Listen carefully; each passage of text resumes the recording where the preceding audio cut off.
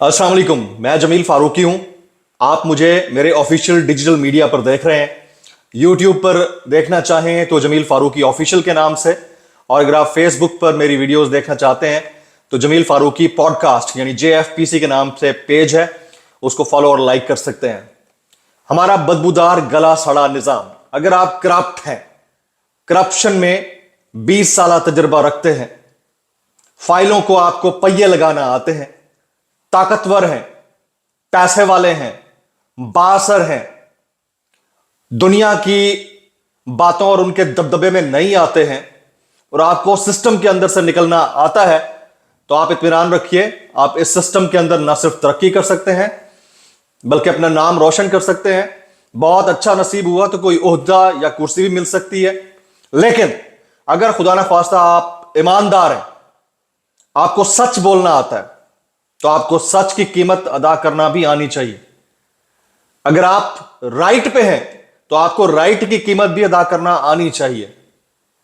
अगर आप निजाम से गलती के साथ भी अपोजिट सिमत में चलते हुए अपने मामलात को सीधा करना चाहते हैं, तो सवाल ही नहीं पैदा होता कि आप मामलात सीधे कर सकें, बल्कि आप सीधे कर दिए जाएंगे। सिस्टम ऐसा है।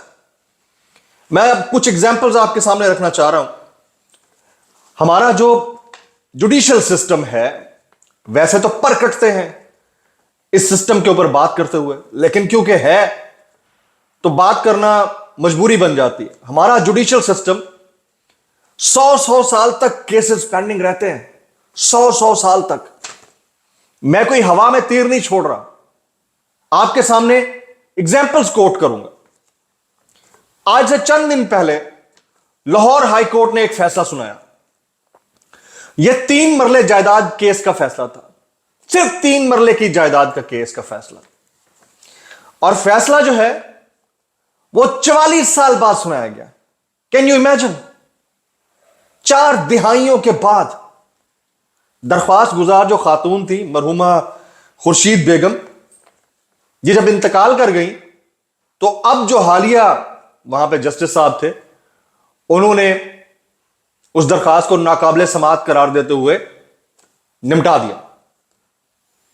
लेकिन isn't this mockery of the judicial system? क्या हमें बतौर नेशन या कौम इस बात को देखते हुए शर्म भी आती है कि निचले लेवल के जो लोग हैं, जो निचली कोर्ट्स के अंदर जाते हैं, उनके साथ होता क्या है? मामला सारा फिर यही है कि इस सिस्टम के ऊपर आप बात करें तो आपके पर जलते हैं, आपकी जबान सिलती है, पाबंदे सलासल हो सकते हैं। लेकिन क्योंकि सिस्टम है तो सिस्टम के ऊपर बात करना बनती है।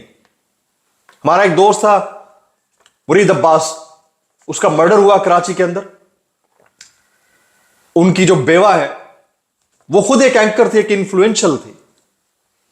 वो बेचारी 3-3.5 साल तक धक्के खाती रही है लोअर कोर्ट्स के, और तकरीबन 2 साल बाद तो केस सुनने के काबिल बनाया गया फॉर द जुर्म आयद हुई। 2 साल बाद। अब मुझे नहीं पता कि उस केस की अपडेट क्या है, लेकिन मुझे इतना पता है कि बेचारी थक हार गई होगी। इस वक्त भी मुझे पता है कि जो हालात वहां बने हुए हैं, वो बेचारी थक हार गई होगी। There are hundreds of examples of such cases lower courts के अंदर। लेकिन क्या करें? बात करें तो बात करते हुए डर लगता है, अफसोस भी होता है। हमारे इस निजाम के अंदर यह चीज नहीं होनी चाहिए, लेकिन है अनफॉर्चुनेटली। और हम खुद उस सिस्टम का हिस्सा है। हम खुद बतौर नेशन राहें ढूंढते हैं। हम चाहते हैं हमारी फाइल्स को पहिए लगते रहें। पहिए लगाने वाले भी हम हैं, पहिए तोड़ने वाले भी हम हैं। हम अवाम की बात कर रहा हूं। हमें अपने मिजाज का कानून चाहिए, अपने मिजाज का इंसाफ चाहिए, अपने मिजाज का निजाम चाहिए, अपने मिजाज के लोग चाहिए। और फिर जब हम इस मिजाज के हैं तो फिर रोते चीखते चिल्लाते क्यों हैं, यह मेरी समझ से बाहर है।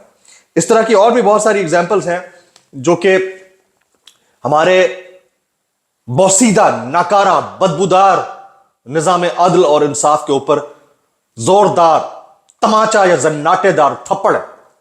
इसको समझने की जरूरत है। एक आम आदमी को इससे शदीद गिला है। ऐसे ऐसे दीवानी केसेस हैं, नस्ल दर नस्ल। बच्चे बूढ़े हो जाते हैं नस्ल गुजर जाती है, अगली नस्ल आती है और तंग आकर कहते हैं इस केस को पैरवी करना छोड़ दो, हम नहीं जाएंगे, हम नहीं जाएंगे। अब जिस मामले के ऊपर मैं बात करना जा रहा हूं, इस सारी तमहीद का उससे कोई ताल्लुक नहीं है। मैं पहले डिस्क्लेमर दे देता हूं, क्योंकि हमारे यहां आउट ऑफ कॉन्टेक्स्ट चीजें आगे पेश कर दी जाती हैं और उसके नतायज भुगतना पड़ते हैं एक शरीफ आदमी को। मैं गुज़िश्ता दिनों एक मौजूद जस्टिस साहब की बात सुन रहा था, वो कह रहे थे आप किसी भी हाल में हो आपको सच बोलना चाहिए, लेकिन हमारे यहां सच क्या बोला जाता है हमें नहीं पता, किस तरह का सच बोला जाता है। आज इस दौर में भी मुझे ऐसा पता है कि 4-5 एंकर्स ऐसे हैं जिन बेचारों की ज़बानें बंद की गई हैं, वो स्क्रीन पे नहीं आ रहे हैं। क्या हमारी अवाम को नहीं पता, पब्लिक को नहीं पता? लेकिन हम रोजाना राग अलापते हैं आज़ादी सहाफत की, हम रोजाना राग अलापते हैं कि वाह जी वाह सच तो सच है, उसके ऊपर डट जाना चाहिए। तो ये बड़ी डिबेट है, इस डिबेट को किसी और टाइम पे हम रख छोड़ते हैं। आज सरदार लतीफ खान खोसा साहब और उनकी वकला की टीम एक लिफ्ट पे फंस गए।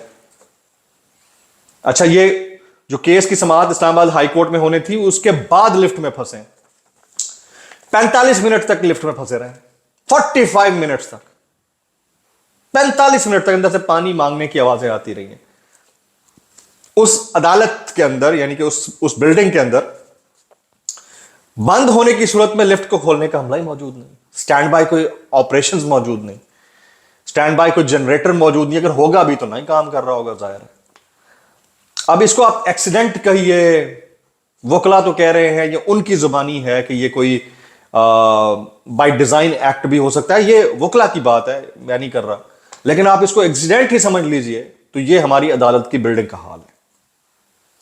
अच्छा, अब एक साहब से मेरी बात हो रही थी थोड़ी देर पहले, इससे पहले कि मैं इमरान खान साहब के आज की समाअत से मुतालिक बात करूं। उन्होंने कहा कि हमारे यहां चीज को खराब करने के लिए जल्दबाजी की जाती है और दुरुस्त करने के लिए देर का सहारा लिया जाता है ताकि दुरुस्त होता हुआ दिखाई ना दे। आप देखिए, सुप्रीम कोर्ट ऑफ पाकिस्तान ने ऑब्जर्वेशन दी और ट्रायल कोर्ट यानी जज हुमायूं दिलावर के सजा देने के मामले को बादी उन नजर में गलत करार दे दिया। मान गई सुप्रीम कोर्ट, मानी, और यह चीज डिटेल में है, ऑन रिकॉर्ड है। जस्टिस आमिर फारूक साहब ने आज की हियरिंग में भी यही कहा, उन्होंने भी यही कहा कि ट्रायल कोर्ट ने जल्दबाजी की। लेकिन आज क्या हुआ? आज की हियरिंग में, आज की हियरिंग में यह हुआ कि अमजद परवेज साहब वकील हैं इलेक्शन कमीशन के, आप मौसूफ पेश नहीं हुए और जस्टिस आमिर फारूक साहब ने कहा कि हम नहीं चाहते कि हम वो एक्ट करें जो ट्रायल कोर्ट ने किया। यानी एक तरफ आप ट्रायल कोर्ट को गलत समझ रहे हैं, एक ट्रायल कोर्ट ने एक चीज गलत की, जल्दबाजी का काम लिया, उस गलती को सुधारने में आप देर कर रहे हैं। ये दिस इज हाउ, ये एक साहब थे, एक्सपर्ट हैं कानून के, उन्होंने ये कमेंट किया, मेरा कमेंट नहीं है, मैं फिर से करेक्ट कर दूं इस बात को। तो ये वाला सिचुएशन है और जो समाअत है वो पीर तक मुलतवी कर दी गई है। तो ये हमारा निजाम इंसाफ है। इससे मुझे नहीं पता कि इस वाले केस से अगर खुलासी हो भी गई खान साहब की तो आगे उनके लिए कितने और केसेस पड़े हुए हैं। लेकिन पर्टिकुलरली इन पर्टिकुलर अगर सारे केसेस एक एक कर करके सही सही सुने जाते हैं तो हो सकता है आज से 2-3 साल बाद कोई अच्छाई की उम्मीद रखी जाए सिस्टम से। लेकिन अगेन ये पर्टिकुलर एक एक केस की एग्जांपल है और इनको सुनने और जांचने और परखने की जरूरत है। तो आज जो कुछ हुआ वो हमारे सामने है, अब आगे क्या होता है वो देखने वाली बात है। आज शाम को मैं एक बड़ी इंपॉर्टेंट वीडियो बना रहा हूं, हम दुरुस्त चीजों को खराब कैसे करते हैं, ये बहुत इंपॉर्टेंट है, आपने जरूर देखनी है और मेरे चैनल को सब्सक्राइब करना है, बेल आइकन जरूर हिट करना है। Thank you very much.